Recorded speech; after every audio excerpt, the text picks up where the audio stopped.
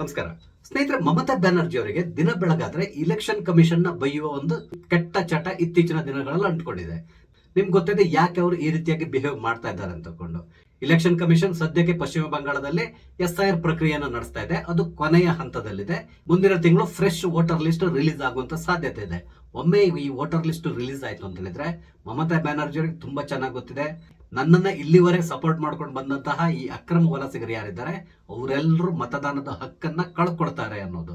ಹಾಗಾಗಿ ಮಮತಾ ಬ್ಯಾನರ್ಜಿ ಅವರಿಗೆ BP sugar ಎಲ್ಲದೂ ಕೂಡ ಹೈ ಹೋಗ್ಬಿಟ್ಟಿದೆ. ಆದ್ರಿಂದ ಇಲೆಕ್ಷನ್ ಕಮಿಷನ್ಗೆ ಏನಾದ್ರೂ ಮಾಡಿ ತಡೆಯೊಡ್ಬೇಕು ಅಂತ ತಕೊಂಡು ಬಹಳಷ್ಟು ಪ್ರಯತ್ನ ಪಡ್ತಾ ಇದ್ದಾರೆ. ಆದ್ರೆ ಅದರಲ್ಲಿ ಅವರಿಗೆ ಯಶಸ್ಸು ಸಿಗ್ತಾ ಇಲ್ಲ. ಇದರಿಂದಾಗಿ ಮಮತಾ ಬ್ಯಾನರ್ಜಿ ಅವರು ಎಷ್ಟೊಂದು ಹತಾಶರಾಗಿದ್ದಾರೆ ಅಂತ ಹೇಳಿದ್ರೆ, ಇತ್ತೀಚೆಗೆ ಸುಪ್ರೀಂ ಕೋರ್ಟ್ ನಲ್ಲಿ ತಾವೇ ಇಲೆಕ್ಷನ್ ಕಮಿಷನ್ ವಿರುದ್ಧವಾಗಿ ವಾದ ಮಾಡ್ತೇನೆ ಅಂತ ತಕೊಂಡು ಕರಿಕೋಟ್ ಅನ್ನ ಹಾಕೊಂಡು ಹೋಗಿ ಅಲ್ಲಿ ಚುನಾವಣಾ ಭಾಷಣವನ್ನ ಮಾಡಿ ಬಂದಿದ್ದನ್ನ ನೀವು ನೋಡಿದ್ದೀರಾ. ನಾನಿಲ್ಲಿ ಇದನ್ನ ಚುನಾವಣಾ ಭಾಷಣ ಅಂತಕೊಂಡು ಯಾಕೆ ಹೇಳ್ತಾ ಇದ್ದೇನೆ ಅಂತ ಹೇಳಿದ್ರೆ, ಕೋರ್ಟ್ ನಲ್ಲಿ ವಾದ ಮಾಡ್ಲಿಕ್ಕೆ ಒಂದು ರೀತಿ ನೀತಿ ಅಂತಲೇ ಇರ್ತದೆ. ಆದ್ರೆ ಇಲ್ಲಿ ಮಮತಾ ಬ್ಯಾನರ್ಜಿ ಅವರು ಕೋರ್ಟ್ ನಲ್ಲಿ ನಿಂತ್ಕೊಂಡು ಇತ್ತೀಚಿನ ದಿನಗಳಲ್ಲಿ ಎಲ್ಲಾ ಕಡೆ ಭಾಷಣ ಮಾಡ್ತಾರಲ್ಲ, ಇಲೆಕ್ಷನ್ ಕಮಿಷನ್ ನ ಬೈದು ಭಾಷಣ ಮಾಡ್ತಾರಲ್ಲ, ಅದೇ ರೀತಿಯಾಗಿ ಸುಪ್ರೀಂ ಕೋರ್ಟ್ ನಲ್ಲಿ ನಿಂತ್ಕೊಂಡು ನ್ಯಾಯಾಧೀಶರ ಎದುರುಗಡೆ ಒಂದು ಭಾಷಣವನ್ನೇ ಮಾಡಿಬಿಟ್ರು. ಇಲೆಕ್ಷನ್ ಕಮಿಷನ್ ನ ವಾಟ್ಸಪ್ ಕಮಿಷನ್ ಅಂತ ಕೂಡ ಕರೆದ್ರು. ಯಾವಾಗ ವಾಟ್ಸಪ್ ಕಮಿಷನ್ ಅಂತ ಕೊಂಡು ಇಲೆಕ್ಷನ್ ಕಮಿಷನ್ ನ ನ್ಯಾಯಾಧೀಶರ ಎದುರುಗಡೆ ಕರೆದ್ರು, ನ್ಯಾಯಾಧೀಶರು ತಕ್ಷಣ ಗರಂ ಆಗಿ ಮಮತಾ ಬ್ಯಾನರ್ಜಿ ಅವರಿಗೆ ವಾರ್ನಿಂಗ್ ಕೂಡ ಮಾಡಿದ್ರು. ನೋಡಿ, ಚುನಾವಣಾ ಆಯೋಗ ಅನ್ನೋದು ಒಂದು ಸ್ವತಂತ್ರ ಸಂಸ್ಥೆ, ಸಂವಿಧಾನ ದತ್ತವಾಗಿ ರಚಿತವಾಗಿರುವಂತಹ ಸಂಸ್ಥೆ. ಆ ಸಂಸ್ಥೆಯನ್ನ ಈ ರೀತಿಯಾಗಿ ವಾಟ್ಸಪ್ ಕಮಿಷನ್ ಅಂತ ಕರೆಯುವ ಮುಖಾಂತರ ನೀವು ಅವಮಾನ ಮಾಡ್ತಾ ಇದ್ದೀರಾ, ಸಂವಿಧಾನಕ್ಕೆ ಅಪಚಾರ ಎಸಗ್ತಾ ಇದ್ದೀರಾ, ಈ ರೀತಿಯಾಗಿ ವಾರ್ನಿಂಗ್ ಮಾಡಿದ್ರು. ಆದ್ರೂ ಕೂಡ ಮಮತಾ ಬ್ಯಾನರ್ಜಿ ಅವರು ತಮ್ಮ ಭಾಷಣವನ್ನ ಮುಂದುವರಿಸಿಕೊಂಡು ಹೋದ್ರು. ಆದ್ರೆ ಅದರಿಂದ ಏನು ಉಪಯೋಗ ಆಗ್ಲಿಲ್ಲ. ನಿಮ್ಗೆ ಗೊತ್ತಿದೆ ಮಮತಾ ಬ್ಯಾನರ್ಜಿ ಅವರು ಸುಪ್ರೀಂ ಕೋರ್ಟ್ ನಲ್ಲಿ ಹೋಗಿ ಯಾಕೆ ವಾದ ಮಂಡನೆ ಮಾಡಿದ್ರು ಅಂತ ಹೇಳ್ಕೊಂಡು, ಒಂದು ಸಮುದಾಯದವ್ರನ್ನ ಮೆಚ್ಚಿಸ್ಲಿಕ್ಕಾಗಿ. ನೋಡಿ, ನೀವು ಬೇರೆ ದೇಶದಿಂದ ಅಕ್ರಮವಾಗಿ ನಮ್ಮ ದೇಶಕ್ಕೆ ಬಂದಿದ್ದಿದ್ರು ಕೂಡ ನಿಮ್ಮ ಮತದಾನದ ಹಕ್ಕನ್ನು ಉಳಿಸ್ಕೊಳ್ಳಿಕ್ಕೆ ನಾನು ಎಷ್ಟು ಹೋರಾಡ್ತಾ ಇದ್ದೇನೆ ನೋಡಿ ಅಂತ ಹೇಳ್ಕೊಂಡು ಅವ್ರಿಗೆ ತೋರಿಸ್ಲಿಕ್ಕಾಗಿ ಈ ರೀತಿಯಾಗಿ ಸುಪ್ರೀಂ ಕೋರ್ಟ್ ನಲ್ಲಿ ಬಂದು ವಾದವನ್ನ ಮಾಡಿದ್ರು. ಆದ್ರೆ ಅದರಿಂದ ಅಂತಹ ಪ್ರಯೋಜನ ಏನೂ ಆಗ್ಲಿಲ್ಲ. ಇಲೆಕ್ಷನ್ ಕಮಿಷನ್ ನ ಕೆಲಸಕ್ಕೆ ತಡೆಯೊಡ್ಲಿಕ್ಕೆ ಮಮತಾ ಬ್ಯಾನರ್ಜಿ ಅವ್ರ ಕೈಲಿ ಸಾಧ್ಯ ಆಗಿಲ್ಲ. ಆದ್ರೆ ಅದಕ್ಕೆ ಬದಲಾಗಿ ಸುಪ್ರೀಂ ಕೋರ್ಟ್ ಮಮತಾ ಬ್ಯಾನರ್ಜಿ ಅವರಿಗೆ ವಾರ್ನಿಂಗ್ ಕೂಡ ಮಾಡ್ತು. ಚುನಾವಣಾ ಆಯೋಗ ಕೇಳ್ತಾ ಇರುವಂತಹ ಅಧಿಕಾರಿಗಳನ್ನ ತಕ್ಷಣ ಒದಗಿಸಿ, ಇಲ್ಲದಿದ್ರೆ ನಿಮ್ಮ ಮೇಲೆ ಕ್ರಮ ಕೈಗೊಳ್ಳಬೇಕಾಗ್ತದೆ, ಈ ರೀತಿಯಾಗಿ ಅವರಿಗೆ ವಾರ್ನಿಂಗ್ ಮಾಡಿದ್ರು. ಆನಂತರ ಮಮತಾ ಬ್ಯಾನರ್ಜಿ ಅವರು ಸುಪ್ರೀಂ ಕೋರ್ಟ್ ಏನ್ ಹೇಳ್ತೋ ಆ ಮಾತನ್ನ ಕೇಳ್ಕೊಂಡು ಕೂತ್ಕೊಳ್ಬೇಕಾದಂತ ಪರಿಸ್ಥಿತಿ ಉಂಟಾಯ್ತು. ನನಗನ್ನಿಸ್ತದೆ ಇನ್ನು ಜೀವಮಾನದಲ್ಲಿ ಮಮತಾ ಬ್ಯಾನರ್ಜಿ ಅವರು ಸುಪ್ರೀಂ ಕೋರ್ಟ್ ಕಡೆ ತಲೆ ಹಾಕೋಲ್ಲ ಅನ್ಸ್ತಾರೆ.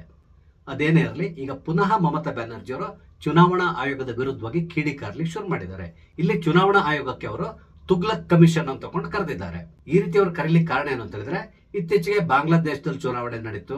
ಆ ಚುನಾವಣೆ ಅತ್ಯಂತ ಪೀಸ್ಫುಲ್ ಆಗಿ ನಡೆದಿದೆ ಅಂತ ತಕೊಂಡು ಮಮತಾ ಬ್ಯಾನರ್ಜಿ ಅವರು ಹೇಳ್ತಾ ಇದ್ದಾರೆ. ಹಾಗೇನೆ ಬಾಂಗ್ಲಾದೇಶದ ಇಲೆಕ್ಷನ್ ಕಮಿಷನ್ ಅತ್ಯಂತ ಅಚ್ಚುಕಟ್ಟಾಗಿ, ನ್ಯಾಯಸಮ್ಮತವಾಗಿ ಮತ್ತು ಯಾವುದೇ ರೀತಿಯಾದಂತಹ ಸಮಸ್ಯೆ ಗೊಂದಲಗಳಿಲ್ಲದೇನೆ ಆ ದೇಶದಲ್ಲಿ ಎಷ್ಟೇ ಸಮಸ್ಯೆಗಳಿದ್ರು ಕೂಡ ಅತ್ಯಂತ ಸಮರ್ಪಕವಾಗಿ ಚುನಾವಣೆಯನ್ನು ನಡೆಸಿದೆ. ಅದೇ ರೀತಿಯಲ್ಲಿ ನಮ್ಮ ದೇಶದಲ್ಲಿ ಚುನಾವಣೆಯನ್ನು ನಡೆಸಲಿಕ್ಕೆ ಇಲೆಕ್ಷನ್ ಕಮಿಷನ್ ಕೈಲಿ ಸಾಧ್ಯ ಆಗ್ತಾ ಇಲ್ಲ ಅಂತ ಹೇಳಿದ್ರು. ಹಾಗೆಯೇ ಬಾಂಗ್ಲಾದೇಶದ ಚುನಾವಣಾ ಆಯೋಗವನ್ನ ಅತ್ಯಂತ ನಿಷ್ಪಕ್ಷಪಾತವಾಗಿ ಕೆಲಸ ಮಾಡಿದಂತ ಚುನಾವಣಾ ಆಯೋಗ ಅಂತ ಹೇಳಿದ್ದಾರೆ. ಆದರೆ ಭಾರತದ ಚುನಾವಣಾ ಆಯೋಗ ಯಾವಾಗಲೂ ಕೂಡ ಒಂದು ಪಕ್ಷದ ಪರವಾಗಿ ಕೆಲಸ ಮಾಡ್ತಾ ಇದೆ, ಬಿಜೆಪಿಯ ಏಜೆಂಟ್ಗಳ ತರ ಕೆಲಸ ಮಾಡ್ತಾ ಇದ್ದಾರೆ. ಈ ರೀತಿಯಾಗಿ ಹೇಳುವ ಮುಖಾಂತರ ಚುನಾವಣಾ ಆಯೋಗದ ವಿರುದ್ಧ ತಮ್ಮ ನಾಲಿಗೆಯನ್ನು ಹರಿಬಿಟ್ಟಿದ್ದಾರೆ. ಇಲ್ಲಿ ಮಮತಾ ಬ್ಯಾನರ್ಜಿ ಅವರು ಹೇಳ್ತಾ ಇರೋದು ಏನು ಅಂತ ಹೇಳಿದ್ರೆ, ಬಾಂಗ್ಲಾದೇಶದಲ್ಲಿ ಅತ್ಯಂತ ನ್ಯಾಯಸಮ್ಮತವಾದಂತಹ ಚುನಾವಣೆ ನಡೆದಿದೆ ಅಂತ ಹೇಳ್ತಾ ಇದ್ದಾರೆ. ಹಾಗೇನೆ ಅಲ್ಲಿ ಈ ಬಾರಿ ಚುನಾವಣೆ ನಡೆದಿರೋದು ಬ್ಯಾಲೆಟ್ ಪೇಪರ್ ನ ಉಪಯೋಗಿಸಿಕೊಂಡು. ಆದ್ರಿಂದ ಇಲ್ಲಿ ಮಮತಾ ಬ್ಯಾನರ್ಜಿ ಅವರು ಹೇಳೋದೇನು ಅಂತ ಹೇಳಿದ್ರೆ, ಬಾಂಗ್ಲಾದೇಶದಲ್ಲಿ ಬ್ಯಾಲೆಟ್ ಪೇಪರ್ ನ ಉಪಯೋಗಿಸಿಕೊಂಡು ಚುನಾವಣೆಯನ್ನು ನಡೆಸಿದ್ದಾರೆ, ಅದೇ ರೀತಿಯಾಗಿ ನಮ್ಮ ರಾಜ್ಯದಲ್ಲೂ ಕೂಡ ಬ್ಯಾಲೆಟ್ ಪೇಪರ್ ನ ಉಪಯೋಗಿಸಿಕೊಂಡು ಚುನಾವಣೆಯನ್ನ ನಡೆಸಬೇಕು ಅಂತ ಹೇಳ್ಕೊಂಡು ತಾಕೀತ್ ಮಾಡ್ತಾ ಇದ್ದಾರೆ. ಹಾಗೇನೆ ಇಡೀ ಬಾಂಗ್ಲಾದೇಶದಲ್ಲಿ ಅತ್ಯಂತ ಶಾಂತಯುತವಾದಂತಹ ಚುನಾವಣೆ ನಡೆದಿದೆ ಅಂತ ಹೇಳ್ತಾ ಇದ್ದಾರೆ. ಆದ್ರೆ ಮಮತಾ ಬ್ಯಾನರ್ಜಿ ಅವರಿಗೆ ಮೋಸ್ಟ್ಲಿ ಗೊತ್ತಿಲ್ಲ ಆಗ್ತದೆ, ಬಹಳಷ್ಟು ಕಡೆಗಳಲ್ಲಿ ಗಲಭೆ ಆಗಿದೆ. 5 ಜನ ಈ ಚುನಾವಣೆ ಸಂದರ್ಭದಲ್ಲಿ ಸಾವನ್ನಪ್ಪಿದ್ದಾರೆ. ಅಂದ್ರೆ ಚುನಾವಣೆ ನಡೆದಂತಹ ದಿನಾಂಕದಂದು ಸಾವನ್ನಪ್ಪಿದ್ದಾರೆ. ಹಾಗೇನೆ ಬಹಳಷ್ಟು ಕಡೆಗಳಲ್ಲಿ ರಿಗ್ಗಿಂಗ್ ಆಗಿದೆ, ಬೋಗಸ್ ವೋಟ್ಗಳನ್ನ ಚಲಾವಣೆ ಮಾಡಿದ್ದಾರೆ, ಬೂತ್ ಕ್ಯಾಪ್ಚರ್ ಮಾಡಿದ್ದಾರೆ. ಇದೆಲ್ಲದೂ ನಡೆದಿದೆ. ಅದ್ರ ಜೊತೆಗೆ ಬರ್ತಾ ಇರುವಂತ ಇನ್ನೊಂದು ಸುದ್ದಿ ಏನು ಅಂತ ಹೇಳಿದ್ರೆ, ಇಡೀ ಬಾಂಗ್ಲಾದೇಶದಲ್ಲಿ 21% ಬೋಗಸ್ ಮತದಾನ ನಡೆದಿದೆ ಅಂತಲೇ ಹೇಳ್ತಾರೆ. ಹಾಗೇನೆ ಜಮಾತೆ ಇಸ್ಲಾಮಿ ಪಾರ್ಟಿ ಎಲ್ಲೆಲ್ಲ ಗೆದ್ದಿದೆಯೋ ಅಲ್ಲೆಲ್ಲ ಕಡೆಗಳಲ್ಲಿ ಬೂತ್ ಕ್ಯಾಪ್ಚರಿಂಗ್ ಆಗಿದೆ ಅಂತೇಳಿ ಹೇಳ್ತಾ ಇದ್ದಾರೆ. ಬೂತ್ ಕ್ಯಾಪ್ಚರಿಂಗ್ ಅಂತ ಹೇಳಿದ್ರೆ ಬೇರೆ ಏನು ಅಲ್ಲ, ಒಳಗಡೆ ಹೋಗೋದು, ಓಟನ್ನ ಗುದ್ದಿ ಡಬ್ಬಕ್ಕೆ ಹಾಕಿ ಬರೋದು, ಇದಕ್ಕೆ ಬೂತ್ ಕ್ಯಾಪ್ಚರಿಂಗ್ ಅಂತ ಹೇಳ್ತಾರೆ. ಅಲ್ಲಿರುವಂತಹ ಚುನಾವಣಾ ಅಧಿಕಾರಿಗಳಿರ್ಬೋದು ಅಥವಾ ಪೋಲಿಂಗ್ ಏಜೆಂಟ್ಸ್ ಇರ್ಬೋದು, ಅವ್ರನ್ನೆಲ್ಲರೂ ಬೆದರಿಸಿ ಒಂದು ಮುಲ್ಲಲ್ಲಿ ಕೂರಿಸಿ ತಾವೇ ಓಟನ್ನ ಗುದ್ದಿ ಡಬ್ಬಕ್ಕೆ ಹಾಕಿ ಬರುವಂತಹದ್ದು ಬೂತ್ ಕ್ಯಾಪ್ಚರಿಂಗ್ ಅಂತೇಳಿ ಹೇಳ್ತಾರೆ. ಎಲ್ಲದೂ ಗೊತ್ತಿರುವಂತಹ ವಿಷಯ. ಆದ್ರೆ ಮಮತಾ ಬ್ಯಾನರ್ಜಿ ಅವರು ಹೇಳ್ತಾರೆ, ಬಾಂಗ್ಲಾದೇಶದಲ್ಲಿ ಅತ್ಯಂತ ನ್ಯಾಯಸಮ್ಮತವಾದಂತಹ ಚುನಾವಣೆ ನಡೆದಿದೆ ಅಂತೇಳಿ ಹೇಳ್ತಾ ಇದ್ದಾರೆ. ಇನ್ನೊಂದು ಸ್ವಲ್ಪ ದಿನ ಹೋದ್ಮೇಲೆ ಮಮತಾ ಬ್ಯಾನರ್ಜಿ ಅವರು ಪಾಕಿಸ್ತಾನದ ಚುನಾವಣಾ ಆಯೋಗ ಏನಿದೆ ಅದು ಅತ್ಯಂತ ನಿಷ್ಪಕ್ಷಪಾತವಾದಂತಹ ಚುನಾವಣೆಯನ್ನು ನಡೆಸಿರುವಂತಹ ಆಯೋಗ ಅಂತೇಳಿ ಹೇಳಿದ್ರು ಆಶ್ಚರ್ಯ ಪಡಬೇಕಾಗಿಲ್ಲ. ಅಂದ್ರೆ ಆ ಮಟ್ಟಿನ ಚುನಾವಣಾ ಅಕ್ರಮ ಪಾಕಿಸ್ತಾನದಲ್ಲಿ ಕೂಡ ನಡೆದಿದೆ, ಅದೇ ರೀತಿಯಲ್ಲಿ ಬಾಂಗ್ಲಾದೇಶದಲ್ಲಿ ಕೂಡ ನಡೆದಿದೆ. ಆದ್ರೆ ಮಮತಾ ಬ್ಯಾನರ್ಜಿ ಅವರಿಗೆ ಇರುವಂತಹ ಸಮಸ್ಯೆ ಏನು ಅಂತ ಹೇಳಿದ್ರೆ ಭಾರತದ ಚುನಾವಣಾ ಆಯೋಗ ನಿಷ್ಪ್ರಯೋಜಕ, ಇದು ಒನ್ ಸೈಡೆಡ್ ಆಗಿದೆ. ಹಾಗಾಗಿ ಈ ಚುನಾವಣಾ ಆಯೋಗವನ್ನ ನಾನು ಒಪ್ಪೋದಿಲ್ಲ, ಈ ರೀತಿಯಾದಂತಹ ಮಾತನ್ನ ಮಮತಾ ಬ್ಯಾನರ್ಜಿ ಅವರು ಆಗಾಗ ಆಡ್ತಾ ಇದ್ದಾರೆ. ಈಗ ಪುನಃ ಅದೇ ತರ ಹೇಳಿದ್ದಾರೆ. ಹಾಗೇನೆ ಇದು ತುಗ್ಲಕ್ ಕಮಿಷನ್ ಅಂತ ಕೂಡ ಹೇಳ್ಬಿಟ್ಟಿದ್ದಾರೆ. ಇತ್ತೀಚೆಗೆ ಮಮತಾ ಬ್ಯಾನರ್ಜಿ ಅವರು ಇನ್ನೊಂದು ಮಾತನ್ನ ಹೇಳಿದ್ದಾರೆ. ಅದೇನು ಅಂತ ಹೇಳಿದ್ರೆ ಚುನಾವಣಾ ಆಯೋಗ ಇದ್ದಕ್ಕಿದ್ದಾಗೆ ಬೂತ್ಗಳ ಸಂಖ್ಯೆಯನ್ನ ದುಪ್ಪಟ್ಟು ಮಾಡಿದೆ ಪಶ್ಚಿಮ ಬಂಗಾಳದಲ್ಲಿ ಅಂತೇಳಿ ಹೇಳಿದ್ದಾರೆ. ಈ ರೀತಿಯಾಗಿ ಬೂತ್ಗಳ ಸಂಖ್ಯೆಯನ್ನ ಜಾಸ್ತಿ ಮಾಡಿರೋದನ್ನ ಮಮತಾ ಬ್ಯಾನರ್ಜಿ ಅವರು ಹೊಗಳಬೇಕಿತ್ತು. ಆದ್ರೆ ಮಮತಾ ಬ್ಯಾನರ್ಜಿ ಅವರು ಅದಕ್ಕೆ ಅಬ್ಜೆಕ್ಷನ್ ಮಾಡ್ತಾ ಇದ್ದಾರೆ. ಇಷ್ಟೊಂದು ಬೂತ್ಗಳ ಸಂಖ್ಯೆಯನ್ನು ಯಾಕೆ ಜಾಸ್ತಿ ಮಾಡಬೇಕಿತ್ತು?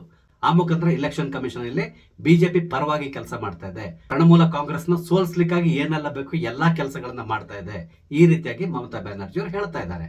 ಪಶ್ಚಿಮ ಬಂಗಾಳದಲ್ಲಿರುವಂತಹ ಬಹುದೊಡ್ಡ ಸಮಸ್ಯೆ ಏನು ಅಂತ ಹೇಳಿದ್ರೆ ಈ ಟಿಎಂಸಿ ಗೂಂಡಾಗಳು ಕೆಲವ್ರನ್ನ ಮತಗಟ್ಟೆಗೆ ಬರ್ಲಿಕ್ಕೆ ಬಿಡೋದಿಲ್ಲ. ಅವ್ರಿಗೆ ಯಾರ ಮೇಲಾದ್ರೂ ಸಂಶಯ ಇದ್ರೆ ಇವರು ಬಿಜೆಪಿ ಓಟ್ ಹಾಕ್ತಾರೋ ಅಥವಾ ಬೇರೆ ಇನ್ಯಾವುದೋ ಪಕ್ಷಕ್ಕೆ ಓಟ್ ಹಾಕ್ತಾರೆ ಅಂತ ಹೇಳಿದ್ರೆ ಅವ್ರನ್ನ ಮತಗಟ್ಟೆ ಕಡೆ ಸುಳಿಲಿಕ್ಕೆ ಬಿಡೋದಿಲ್ಲ. ಅವ್ರನ್ನ ಹೆದರ್ಸ್ತಾರೆ ಅಥವಾ ಅವ್ರ ಹೊರಗಡೆ ಬಂದ್ರೆ ಅವ್ರನ್ನ ಬೆದರಿಸಿ ವಾಪಸ್ ಕಳಿಸ್ಬಿಡ್ತಾರೆ. ಆ ಮೂಲಕ ಅವರು ಮತ ಚಲಾಯಿಸಬಾರ್ದು, ಅವ್ರನ್ನ ಬ್ಲಾಕ್ ಮಾಡಬೇಕು, ಈ ರೀತಿಯಾದಂತಹ ಪ್ರಯತ್ನವನ್ನ ಸತತವಾಗಿ ಟಿಎಂಸಿ ಕಾರ್ಯಕರ್ತರು ಮಾಡ್ಕೊಂಡು ಬರ್ತಾ ಇದ್ದಾರೆ. ಆದ್ರೆ ಈ ಬಾರಿ ಚುನಾವಣಾ ಆಯೋಗ ಏನ್ ಮಾಡಿದೆ ಅಂತ ಹೇಳಿದ್ರೆ ಒಂದಿಷ್ಟು ಅಪಾರ್ಟ್ಮೆಂಟ್ಗಳಿರ್ತದೆ ಅಂತ ಹೇಳಿದ್ರೆ ಆ ಅಪಾರ್ಟ್ಮೆಂಟ್ ನ ಹೊರಗಡೆ ಮತಗಟ್ಟೆಯನ್ನು ಓಪನ್ ಮಾಡ್ತಾ ಇದ್ದಾರೆ. ಆ ಮೂಲಕ ಆ ಅಪಾರ್ಟ್ಮೆಂಟ್ ಸಮುಚ್ಚಯದಲ್ಲಿರುವಂತಹ ಎಲ್ಲರೂ ಕೂಡ ಧೈರ್ಯದಿಂದ ಹೊರಗಡೆ ಬಂದು ಓಟನ್ನ ಹಾಕಿ ಹೋಗ್ಲಿಕ್ಕೆ ಎಲ್ಲ ರೀತಿಯಂತ ವ್ಯವಸ್ಥೆಯನ್ನ ಮಾಡ್ತಾ ಇದ್ದಾರೆ. ಆದ್ರೆ ಇದು ಮಮತಾ ಬ್ಯಾನರ್ಜಿ ಹಿಡಿಸ್ತಾ ಇಲ್ಲ. ಯಾಕೆ ಅನ್ನೋದು ನಿಮ್ಗೆ ತುಂಬಾ ಚೆನ್ನಾಗಿ ಗೊತ್ತಿದೆ. ಹಾಗೇನೆ ಸಾಮಾನ್ಯವಾಗಿ ಪಶ್ಚಿಮ ಬಂಗಾಳದಲ್ಲಿ ಚುನಾವಣೆ ಯಾವ ರೀತಿ ನಡೀತದೆ ಅಂತ ಹೇಳಿದ್ರೆ ಒಂದೇ ಹಂತದಲ್ಲಿ ಚುನಾವಣೆ ನಡೆಯೋದಿಲ್ಲ. ನಿಮ್ಗೆ ಗೊತ್ತಿದೆ 4ರಿಂದ 5 ಹಂತದಲ್ಲಿ ಪಶ್ಚಿಮ ಬಂಗಾಳದಲ್ಲಿ ಚುನಾವಣೆ ನಡೀತದೆ. ಅಂದ್ರೆ ಅಲ್ಲಿ ಸಮಸ್ಯೆ ಆ ಮಟ್ಟಿಗಿದೆ. ಆದ್ರಿಂದ ಚುನಾವಣಾ ಆಯೋಗ ತುಂಬಾ ಕೇರ್ಫುಲ್ ಆಗಿ ಅಲ್ಲಿ ಚುನಾವಣೆಯನ್ನು ನಡೆಸ್ತದೆ. ಇದನ್ನು ಕೂಡ ಮಮತಾ ಬ್ಯಾನರ್ಜಿ ಅವರು ಸಹಿಸಿಕೊಳ್ಳಿಕ್ಕೆ ಆಗ್ತಾ ಇಲ್ಲ. ಇದಕ್ಕೆ ಸಂಬಂಧಪಟ್ಟಂತೆ ಬಹಳಷ್ಟು ಬಾರಿ ಅವರು ಅಬ್ಜೆಕ್ಷನ್ ಕೂಡ ರೈಸ್ ಮಾಡಿದ್ರು. ಮಮತಾ ಬ್ಯಾನರ್ಜಿ ಅವರು ಏನ್ ಡಿಮಾಂಡ್ ಮಾಡ್ತಾ ಇದ್ದಾರೆ ಅಂತ ಹೇಳಿದ್ರೆ ಪಶ್ಚಿಮ ಬಂಗಾಳದಲ್ಲಿ ಒಂದೇ ಹಂತದಲ್ಲಿ ಚುನಾವಣೆ ನಡೆಸಬೇಕು, ಈ ರೀತಿಯಾಗಿ 4-5 ಹಂತದಲ್ಲಿ ಚುನಾವಣೆಯನ್ನ ನಡೆಸಬಾರ್ದು ಅಂತ ಹೇಳ್ತಾ ಇದ್ದಾರೆ. ಈ ರೀತಿಯಾಗಿ ಮಮತಾ ಬ್ಯಾನರ್ಜಿ ಅವರು ಡಿಮಾಂಡ್ ಮಾಡ್ಲಿಕ್ಕೆ ಕಾರಣ ಏನು ಅಂತ ಹೇಳಿದ್ರೆ ಒಂದೇ ಹಂತದಲ್ಲಿ ಚುನಾವಣೆ ನಡೆದ್ರೆ ಸಮರ್ಪಕವಾದಂತಹ ಭದ್ರತೆಯನ್ನ ಆ ಸಂದರ್ಭದಲ್ಲಿ ಚುನಾವಣಾ ಆಯೋಗ ಕಲ್ಪಿಸ್ಲಿಕ್ಕೆ ಸಾಧ್ಯ ಆಗೋದಿಲ್ಲ. ಅದರ ಸದುಪಯೋಗವನ್ನ ಟಿಎಂಸಿ ಪಕ್ಷದ ಗೂಂಡಾಗಳು ಉಪಯೋಗಿಸಿಕೊಂಡು ತಮ್ಗೆ ಹ್ಯಾಕ್ ಬೇಕೋ ಆ ರೀತಿಯಾಗಿ ಚುನಾವಣೆ ಸಂದರ್ಭದಲ್ಲಿ ರಿಗ್ಗಿಂಗ್ ಮಾಡುವಂತಹ ಸಾಧ್ಯತೆಗಳಿರ್ತದೆ ಅಥವಾ ದೊಂಬಿ ಗಲಭೆಯನ್ನು ಮಾಡುವಂತಹ ಸಾಧ್ಯತೆ ಇರ್ತದೆ. ಅದರಿಂದಾಗಿ ತನಗೆ ಅನುಕೂಲ ಆಗ್ತದೆ. ಈ ರೀತಿಯಾಗಿ ಯೋಚನೆ ಮಾಡುವಂತಹ ಮಮತಾ ಬ್ಯಾನರ್ಜಿ ಅವರು ಯಾವುದೇ ಕಾರಣಕ್ಕೆ 3-4 ಹಂತದಲ್ಲಿ ಪಶ್ಚಿಮ ಬಂಗಾಳದಲ್ಲಿ ಚುನಾವಣೆಯನ್ನ ನಡೆಸಬಾರದು ಅಂತ ಇನ್ಸಿಸ್ಟ್ ಮಾಡ್ತಾ ಇದ್ದಾರೆ. ಆದ್ರೆ ಚುನಾವಣಾ ಆಯೋಗಕ್ಕೆ ತುಂಬಾ ಚೆನ್ನಾಗಿ ಗೊತ್ತಿದೆ ಪಶ್ಚಿಮ ಬಂಗಾಳದಲ್ಲಿ ಪರಿಸ್ಥಿತಿ ಹೇಗಿದೆ, ಒಂದೇ ಹಂತದಲ್ಲಿ ಚುನಾವಣೆಯನ್ನ ನಡೆಸಲಿಕ್ಕೆ ಆಗ್ತದಾ ಇಲ್ವಾ ಅಂತ ಆದ್ರಿಂದ ಅಲ್ಲಿ ಸಾಮಾನ್ಯವಾಗಿ 4ರಿಂದ 5 ಹಂತದಲ್ಲಿ ಚುನಾವಣೆ ಪ್ರತಿ ಬಾರಿ ಕೂಡ ನಡೀತದೆ. ಹಾಗೇನೆ ಈ ಬಾರಿ ಕೂಡ 4ರಿಂದ 5 ಹಂತದಲ್ಲಿ ಚುನಾವಣೆ ನಡೆಯುವಂತ ಸಾಧ್ಯತೆ ಇದೆ. ಒಟ್ಟಾರೆಯಾಗಿ ಮಮತಾ ಬ್ಯಾನರ್ಜಿ ಅವರು ಎಷ್ಟೇ ಪ್ರಯತ್ನ ಪಟ್ಟರು ಕೂಡ ಚುನಾವಣಾ ಆಯೋಗವನ್ನ ತಡಿಲಿಕ್ಕೆ ಆಗ್ತಾ ಇಲ್ಲ. ಹಾಗೇನೆ SIR ಪ್ರಕ್ರಿಯೆ ಏನಿದೆ ಇದನ್ನ ನಿಲ್ಲಿಸ್ಲಿಕ್ಕೆ ಆಗ್ತಾನೂ ಇಲ್ಲ. ಇದರಿಂದಾಗಿ ಮುಂದಿನ ಚುನಾವಣೆ ಸಂದರ್ಭದಲ್ಲಿ ಮಮತಾ ಬ್ಯಾನರ್ಜಿ ಅವರಿಗೆ ತಾನು ಸೋಲ್ತೇನೆ ಅನ್ನೋ ಒಂದು ಭಯ ಈಗಾಗಲೇ ಹುಟ್ಕೊಂಡ್ ಬಿಟ್ಟಿದೆ. ಆದ್ರಿಂದಾಗಿ ದಿನ ಬೆಳಗಾದ್ರೆ ಇಲೆಕ್ಷನ್ ಕಮಿಷನ್ಗೆ ಬಾಯಿ ಬಂದ ಬೈಕೊಂಡು ಊರು ತುಂಬಾ ತಿರುಗ್ತಾ ಇದ್ದಾರೆ. ಮುಂದಿನ ದಿನಗಳಲ್ಲಿ ಕೂಡ ಇದನ್ನ ಕಂಟಿನ್ಯೂ ಮಾಡ್ಕೊಂಡು ಹೋಗ್ತಾರೆ. ನೋಡೋಣ SIR ಪ್ರಕ್ರಿಯೆ ಕಂಪ್ಲೀಟ್ ಆದ್ಮೇಲೆ ಈ ಹೊಸ ವೋಟರ್ ಲಿಸ್ಟ್ ಬರ್ತದಲ್ಲ ಅದರಲ್ಲಿ ಎಷ್ಟು ವೋಟರ್ಸ್ ಹೆಸರು ಡಿಲೀಟ್ ಆಗೋಗಿರ್ತದೆ.